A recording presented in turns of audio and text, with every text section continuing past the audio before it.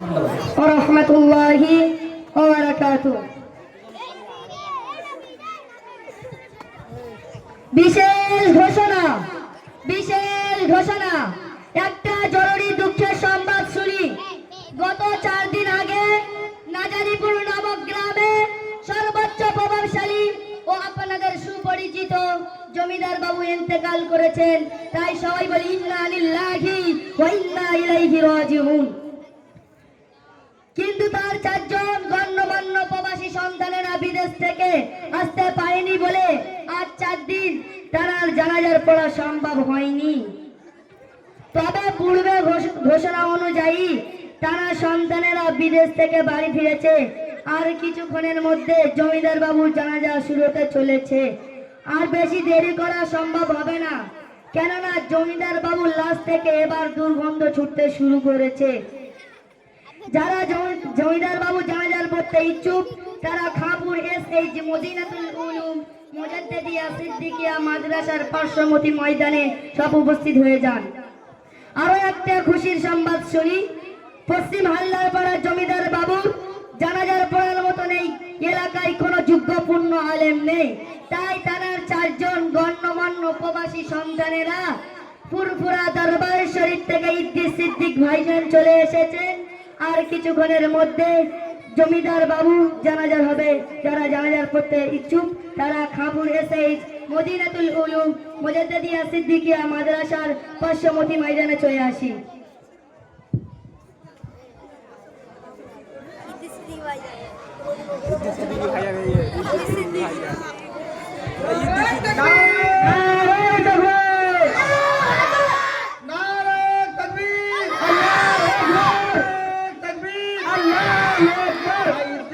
ভাইজান হুজুর আমাদের জানাজার নামাজ পড়াতে এসে গিয়েছে। হুজুর জানাজার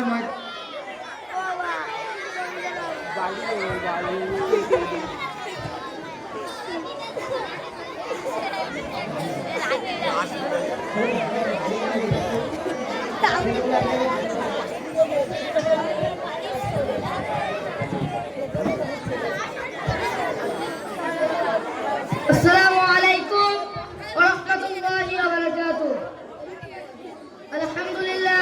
আলহামদুলিল্লাহি রাব্বিল আলামিন ওয়াল আকিবাতুল মুত্তাকিন ওয়াসসালাতু ওয়াসসালামু আলা সাইয়্যিদিল মুরসালিন। আম্মা বাদ ক্বালা আল্লাহু তাআলা ফি ফুরকানিল হামিদ বিসমিল্লাহির রাহমানির রহিম কুল্লু নাফসিন যায়িকাতুল মাউত। অর্থাৎ প্রত্যেক প্রাণী মাত্রই মৃত্যুর স্বাদ গ্রহণ করবে। সুতরাং আমাদের মধ্যে এই যে আজ জমিদার বাবু অসহায় হয়ে শুয়ে আছেন, ইনি কোরআন পাকের ওই হুকুম মতো দুনিয়া ছেড়ে চির বিদায় নিয়ে চলে গেছেন। আমাদেরও সবার চির বিদায় নিয়ে চলে যেতে হবে। তবে ভাই একটা গুরুত্বপূর্ণ কথা হলো যে এই যে হক হলো 2 প্রকার। একটা হলো হুকুমুল্লাহ অর্থাৎ আল্লাহর হক, যেমন নামাজ, রোজা, হজ, যাকাত। এগুলি মানুষ ছেড়ে দিলে আল্লাহ ইচ্ছা করলে ক্ষমা করে দেবেন। কিন্তু আরেকটা হলো হুকুকুল ইবাদ, এটা বান্দার হক। বান্দার হক যদি কেউ ফাঁকি দেয় বা নষ্ট করে আল্লাহ পাক তার ক্ষমা করবে না যতক্ষণ না সে তার কাছে গিয়ে ক্ষমা করবে। যদি কোনো ব্যক্তির 4 আনা পরিমাণ হক নষ্ট করে তার 70 বছরের আমলনামা কেটে নেওয়া হবে। অপর এক বর্ণনায় জানা যায় আমাদের নবী সাল্লাল্লাহু আলাইহি ওয়াসাল্লাম ফরমান করেন, ঋণগ্রস্ত মায়েরকে আমি জানাজার নামাজ পড়াবো না। সুতরাং আমাদের জমিদার বাবুর কাছে কেউ যদি লেনদেনে যুক্ত থাকেন দয়া করে বলবেন তার গণ্যমান্য 4 জন সন্তান আছে, মিটিয়ে দেওয়ার ব্যবস্থা করবে।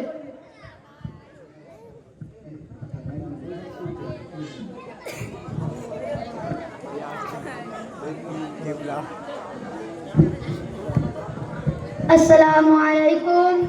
হুজুর বেয়াদবি মাফ করবেন। আমি জমিদার বাবুর কাছে 50 লক্ষ টাকা পাই, এটা আপনি দেওয়ার ব্যবস্থা করুন, নাহলে আমি কিন্তু জমিদার বাবুর লাশকে জানাজার পড়াতে দেবো না। তো ঠিক আছে, দেখছি। ও সে জমিদার বাবু বড় ছেলে জয় সাহেব আছেন কি? জি হ্যাঁ হুজুর, আমি হাজির আছি। তোমার বাবার কি ঋণটা শোধ করতে পারবে? পারবো না।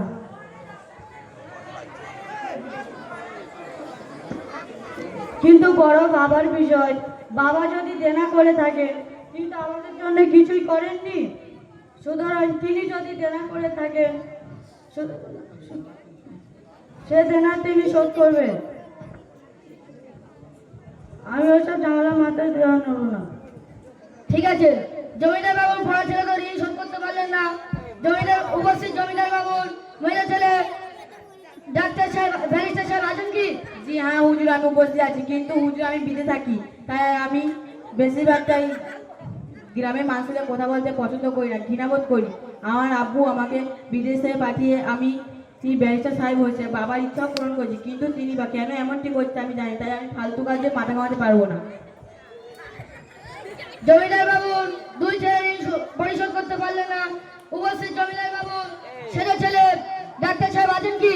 জি হ্যাঁ, আমি উপস্থিত আছি, কিন্তু লন্ডন থেকে FRCH পাশ করে বাবার স্বপ্ন পূরণ করেছি।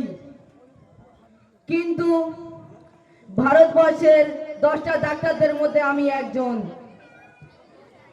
বহুত অর্থ ব্যয় করে বাবা আমার পড়াশোনা শিখিয়েছেন, কিন্তু বড় দুই ভাই যখন বাবার ঋণটা পরিশোধ করতে পারলো না, তখন আমিও পারবো না। আমি আমার বাবার জায়গা জমি ভাগ করতে এখন ব্যস্ত আছি, আমাকে মাফ করবেন। ঠিক আছে, জমিদার বাবু তিন ছেলে পারলেন না। উপস্থিত জমিদার বাবু ছোট ছেলে উপস্থিত আছেন কি? জি হ্যাঁ হুজুর, আমি হাজির আছি। তুমি কি করো বাবা? হুজুর আমি খামর পশ্চিম আল্লাহপাড়া জামে মসজিদের ইমামতি করি। ক টাকা বেতন পাও বাবা? হুজুর মাত্র 6000 টাকা হুজুর। তোমার নাম কি বাবা? মাওলানা আব্দুল সাত্তার সাহেব। তুমি কি তোমার বাবার ঋণ শোধ করতে পারবে? হুজুর সাহেব, যদি দয়া করে আমাকে 6 মাস সময় চেয়ে দেন, তাহলে আমি আমার বাবার দেনা শোধ করব। আমার দাদু ভাই ও দাদিমা আমাকে বড় আদর করে খাপুর SH মদিনাতুল উলুম মুজাদ্দাদিয়া সিদ্দিকিয়া মাদ্রাসায় ভর্তি করে দিয়েছে। সেখান থেকে আমি হাফেজ কারি মাওলানা মুফতি হয়েছি, তার সাথে সাথে BA MA পাস করেছি। তাই আমার দাদাদের মতো আমার অর্থ নয় না থাকলেও কিন্তু আমার বাবা মার হক আদায় করার চেতনা আমার হুজুর শিখিয়ে দিয়েছে। তাই আমি জানি আমার বাবার দেনা শোধ না হলে আমার বাবার কবরে আযাব হবে। আমার যত কষ্ট হোক না কেন, আমার জমি জায়গা বিক্রি করে দিয়ে আমার বাবা দেনা শোধ করে দেবো ইনশাআল্লাহ। আলহামদুলিল্লাহ, আমরা জমি পাওনাদার উঠে এসো। হুজুর বেয়াদবি মাফ করবেন, জমিদার বাবুর কাছে আমি টাকা পাই না, বরং তিনি আমার কাছে 50 লক্ষ টাকা রেখে দিয়েছেন। যখন আমি শুনি যে জমিদার বাবু হঠাৎ মারা গেছেন, তখন আমি খুব চিন্তার মধ্যে পড়ে যাই। ভাবলাম এতগুলো টাকা আমি কার হাতে দেবো। তাই আমি আমার বুদ্ধি করে ওনার প্রকৃত ছেলেকে ভালো করে চিনে নিলাম এবং তার হাতে আমি আমার এই বঞ্চিত রাখা টাকা দিয়ে আমি আমার আমানতদারি রক্ষা করলাম।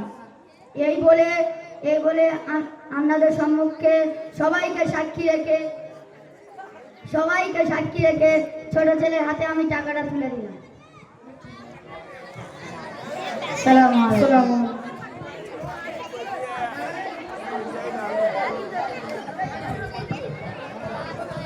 ভাই, এবার আমাদের জানাজার নামাজ শুরু হবে।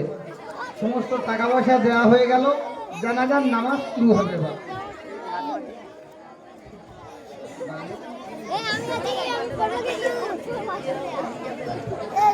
তাহলে আমাদের জানাজার নামাজ হয়ে গেল ভাই। আমরা এবার সবাই দোয়া করব জানাজার জন্য। আর আমরা এইখান থেকে আমরা শিক্ষা নিলাম যে আমাদের ছেলেদের মধ্যে তাদের সমস্ত শিক্ষায় আমরা শিক্ষিত করব। তারা ডাক্তার হবে, হাকিম হবে, উকিল হবে, সমস্ত কিছু পৃথিবীর সমস্ত শিক্ষা শিখবে। কিন্তু সেই শিক্ষার মধ্য দিয়ে যদি আমরা তাদের নৈতিকতা, তাদের সামাজিকতা, তাদের চেতনতা সমস্ত কিছু না শিক্ষা দিয়ে যেতে পারি, তাহলে জমিদার বাবুর যে অবস্থা হয়েছে, লাশও জমিদার বাবুর মতো পচবে, অথচ জমিদার বাবুর ঋণ শোধ হবে না। যাও বাবা, লাইনে চলে যাও, কবরটার ধারে লাইনে বেরিয়ে ছোটাছুটি করে নিয়ে যাও।